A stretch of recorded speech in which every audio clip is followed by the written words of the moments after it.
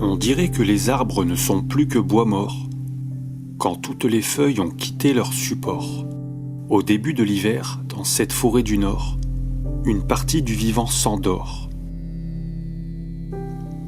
L'automne, depuis les cieux tout là-haut, infiltra la canopée, imbiba le substrat de son eau, jusqu'à en être gorgé. Ainsi son sol en état de saturation, là où trempe le pied des chênes, pour sauver de la noyade sa végétation, telle une entité, la forêt draine. S'enfoncer dans les bois avec un objectif absolu, et obéir à cette loi de voir sans être vu, déambuler d'un pas très lent, savoir attendre, en toute discrétion et à contrevent dans le froid de décembre.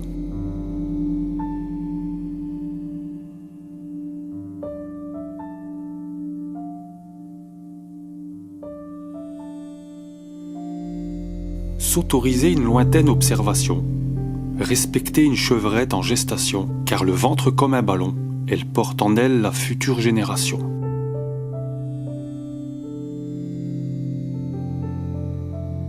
D'un carrefour de sentiers, il ne faut pas surgir, même bien caché, il ne faut pas qu'on puisse vous sentir, sous peine de voir déguerpir, et sans avoir dérangé, savoir partir.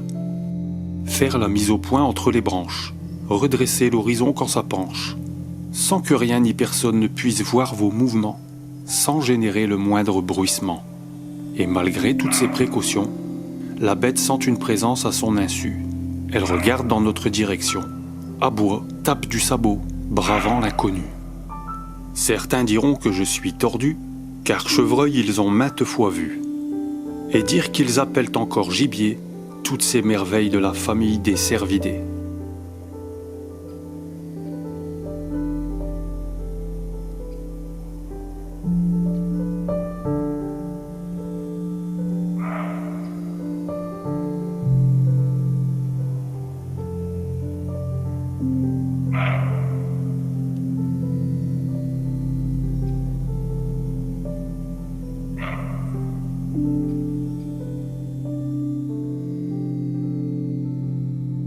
Toujours en usant de patience, toujours en gardant le silence, enfin arrive la récompense de cette petite forêt des Hauts-de-France. Se retrouver au milieu du petit univers d'un petit fan et de sa mère. Remercions Dame Nature de cette faveur. Remercions cette chevrette de nous avoir fait cette fleur. De plus en plus près j'entends les chasseurs. Il est temps de se quitter, il est l'heure.